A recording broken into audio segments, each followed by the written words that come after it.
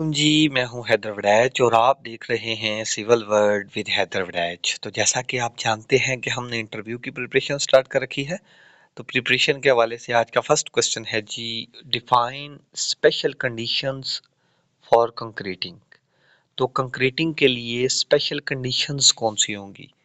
तो कंक्रीटिंग के लिए जो टेम्परेचर है वो फेवरेबल होता है 18 से 21 डिग्री सेंटीग्रेड। तो अगर तो टेम्परेचर बहुत कम है तो वो भी एक स्पेशल कंडीशन होगी। अगर टेम्परेचर बहुत ज़्यादा है तो वो भी एक स्पेशल कंडीशन होगी। ठीक है। नेक्स्ट क्वेश्चन है जी, give the effects of temperature on concrete. ये जो कंक्रीट पे टेम्परेचर का क्या इफेक्ट होगा? देखिए, मैंने आपको बताया कि जो कंक्रीट है, कंक्रीट के लिए हम 18 से 21 डिग्री सेंटीग्रेड इसका जो है वो टेम्परेचर होना चाहिए, ये फेवरेबल है। लेकिन अगर टेम्परेचर बहुत कम होगा तो उसके क्या इफ़ेक्ट्स होंगे, अगर टेम्परेचर बहुत ज़्यादा होगा तो उसके क्या इफ़ेक्ट्स होंगे। अगर तो हम बात कर लेते हैं कि कंक्रीट हमने कई ठंडे इलाके में करनी है, ठीक है?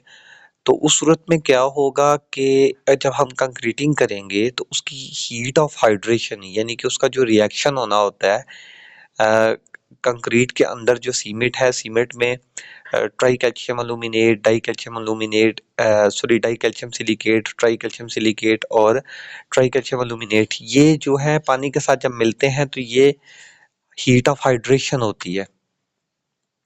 तो ये हाइड्रेशन का अमल जो है अगर तो ठंडे इलाकों में हम करेंगे तो हाइड्रेशन का अमल बड़ा सुस्त हो जाएगा, बड़ा वो स्लो हो जाएगा। ठीक है, तो ये इफ़ेक्ट करेगा। अगर तो हम बहुत मतलब हीट वाले एरिया में हम कंक्रीटिंग कर रहे हैं, तो ये हीट ऑफ हाइड्रेशन का अमल तेज़ हो जाएगा। तेज़ होने की वजह से जल्दी से ये जो वो जितना वो जल्दी होगा वो टाइम जितना उसे चाहिए था, वो जितना आराम से उसने हीट ऑफ हाइड्रेशन का अमल उसने पूरा कंप्लीट करना था, उससे पहले-पहले जो है वो खुश्क होना शुरू हो जाएगा। हीट ऑफ हाइड्रेशन होगी, साथ में पानी इवेपोरेट हो जाएगा जल्दी-जल्दी से जो है उसकी हीट ऑफ हाइड्रेशन जितनी हो पाएगी वही होगी। तो मतलब दोनों केसेस में अगर आपका टेम्परेचर कम है या ज़्यादा है, दोनों केसेस में क्या होगा, एक केस में तो हीट ऑफ हाइड्रेशन का पीरियड बहुत लंबा हो जाएगा और एक केस में बहुत स्लो हो जाएगा। ठीक है, एक में स्लो होगा, एक में तेज़ हो जाएगा, तो जिसकी वजह से सीमेंट की स्ट्रेंथ दोनों केसेस में कम होगी। जो कंक्रीट है उसकी स्ट्रेंथ हम कम अचीव कर पाएंगे। नेक्स्ट है जी, स्टेप्स क्या होंगे कंक्रीटिंग अंडर हॉट वेदर। अगर तो हॉट वेदर है तो हॉट वेदर में जो हमने कंक्रीटिंग करनी है उसके क्या स्टेप्स होंगे। हॉट वेदर है तो हमने तो जब कंक्रीट को मिक्स करना है, मिक्स करते टाइम भी हमने कोशिश करनी है उसमें ठंडा पानी ऐड करें। इसके बाद हमने कंक्रीट को जिस जगह पे लेके जाना है, ट्रांसपोर्टेशन के टाइम भी हमने कोशिश करना है कि उसको जो है वो कवर किया जाए। ट्रांसपोर्टेशन के बाद उस जहाँ पे हमने जाके प्लेसिंग करनी है तो प्लेसिंग के टाइम भी सबसे पहले तो हमने जो फार्म वर्क होगा, ठीक है, उसको भी हमने क्या करना है, उसको भी पानी शानी ठंडा पानी मार के फार्म वर्क को भी उसको थोड़ा सा उसका टेम्परेचर भी कम कर लेना है। तो क्या है जी, cooling of the mixing water. ठीक है, मिक्स हमने जो वाटर ऐड करना है वो भी ठंडा होगा। और wash the formwork with cooled water. जो फार्म वर्क होगा उसको भी आपने ठंडे पानी से जो है एक दफ़ा उसको गीला कर लेना है। और जी नेक्स्ट क्या है जी, covering the fresh placed concrete.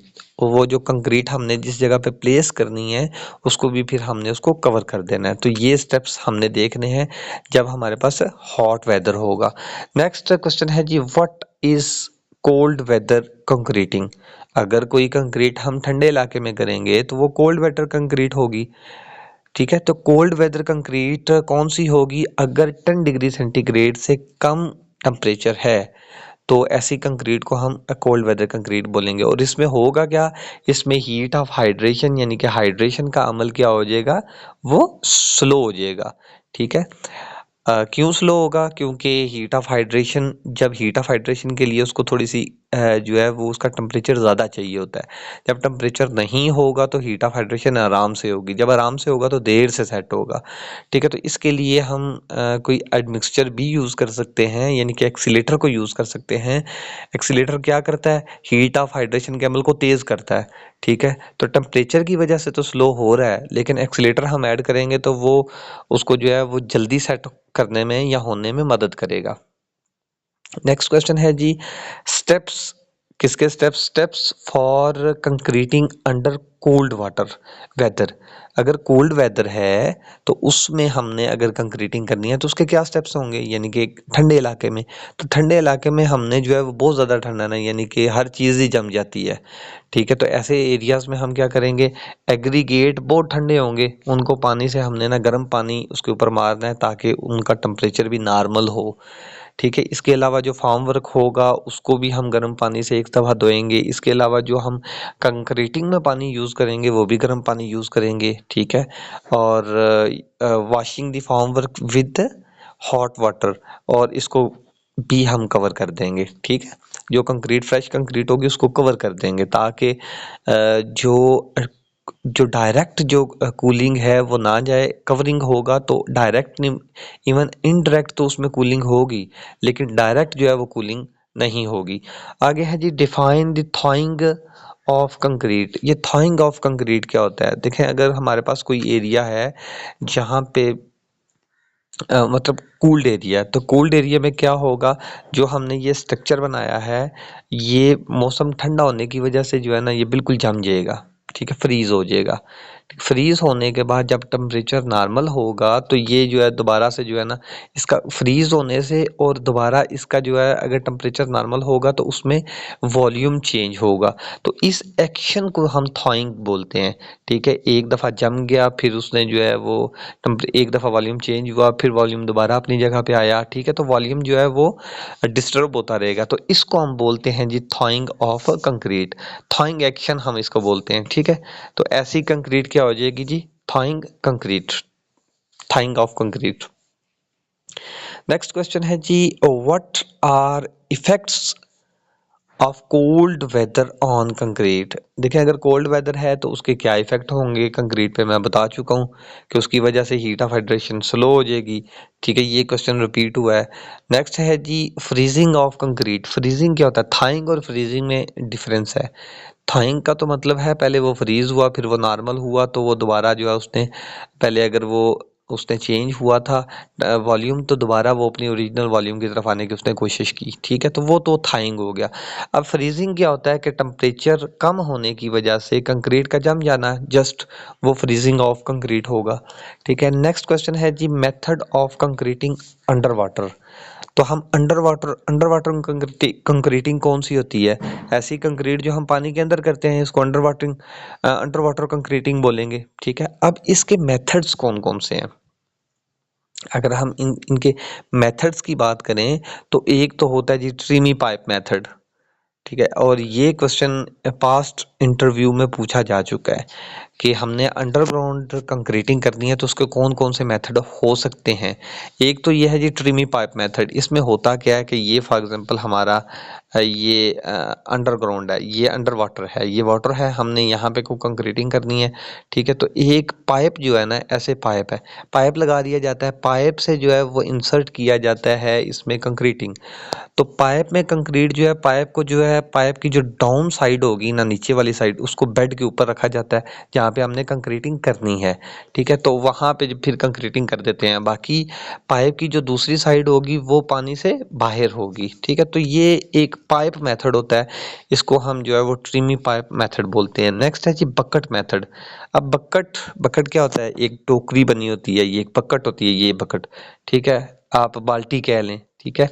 तो ये जो एक बकेट होगी, बकेट का इसका क्या फंक्शन होगा, इसमें हम कंक्रीटिंग डाल देते हैं और ये ऊपर से ओपन ही होगी, यानी कि इधर से ओपन ही होगी, नीचे से जो है वो क्लोज होगी, लेकिन नीचे से वो खुल सकती है, ठीक है। मतलब हम जो है इसका नीचे से कवर कर देते हैं और इसको ओपन भी कर सकते हैं। इसमें जो है एक वायर लगी होती है, यानी कि एक रस्सी लगी होती है, इसकी मदद से जो है ना हम इसको ओपन भी कर सकते हैं और बंद भी कर सकते हैं। तो करते क्या है, इस बकेट में या इस वो बाल्टी में हम कंक्रीटिंग डालते हैं और कंक्रीटिंग डालने के बाद चूंकि ऊपर से ओपन है ना, तो ऊपर से किसी कवरिंग मटेरियल से कवर कर देते हैं, ठीक है। तो जब हम इसको कंक्रीटिंग वाली प्लेस में लेके जाते हैं तो वहाँ पे जाके हम इसको खोल देते हैं। ये एक पूरा जो है प्रोसीजर होता है जिससे हम ना पूरा एक टेक्निक होती है जिससे इसको हम ओपन करते हैं। तो नीचे जाके ओपन करते हैं तो उससे कंक्रीटिंग जो है ना वो रिक्वायर्ड या स्पेसिफिक लोकेशन पे जो है ना उधर कंक्रीटिंग हो जाती है। तो दूसरा तरीका है जी बकेट मेथड। तीसरा है जी ग्राउटिंग मेथड। ग्राउटिंग मेथड में क्या होता है कि हम जिस जगह पे हमने कंक्रीट करनी है वहाँ पे हम जो है वो एग्रीगेट वगैरह डंप कर देते हैं। फार्म वर्क लगा के वहाँ पे एग्रीगेट वगैरह लगा मतलब बिछा देते हैं।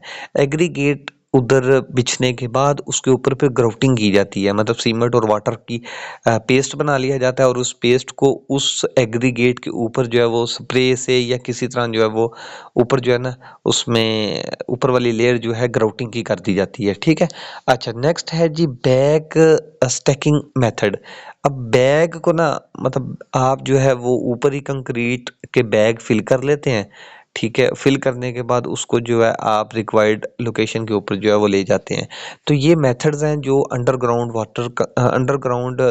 वाटर कंक्रीटिंग में ये मेथड यूज होते हैं। नेक्स्ट है जी डिफाइन ट्रीमी पाइप मेथड। ये मैं आपको बता चुका हूँ जी। ट्रीमी पाइप मेथड कौन सा होता है? एक पाइप होता है जिसके ज़रिए हम जो है जिस जगह पे कंक्रीटिंग करनी है वहाँ पे कंक्रीटिंग कर लेते हैं। नेक्स्ट है जी बकेट मेथड। ये एक टोकरी वाला मेथड होता है जिसमें जो है वो नीचे से रिक्वायर्ड प्लेस पे जाके नीचे से खोल दिया जाता है और कंक्रीटिंग कर ली जाती है। इसको जो है वो ड्रॉप बॉटम स्किप मेथड भी कहते हैं। ठीक है। नेक्स्ट है जी डिफाइन ग्राउटिंग मेथड। ग्राउटिंग का भी मैंने आपको बता दिया कि पहले हम फॉर्म वर्क करते हैं। फॉर्म वर्क करने के बाद जो है वो खुश्क एग्रीगेट वगैरह वहाँ पे जो है वो बिछा देते हैं। उसके बाद उसके ऊपर ग्राउटिंग हम करते हैं। जो ग्राउट करते हैं वो पेस्ट बनाते हैं सीमेंट की और वाटर की। रेत को सीमेंट को इसको मिला के हम ग्राउट बनाते हैं। रेत सीमेंट और पानी। ठीक है। ये रेत और सीमेंट की रेशियो 1:1 हो सकती है, 1:1.5 हो सकती है। ठीक है। अच्छा जी, नेक्स्ट है हमारे पास इसके एमसीक्यूज हैं। तो बस ये आज के लिए इतने। इंशाल्लाह मिलते हैं नेक्स्ट वीडियो में नेक्स्ट चैप्टर के साथ। जज़ाकल्लाह। Thank you very much.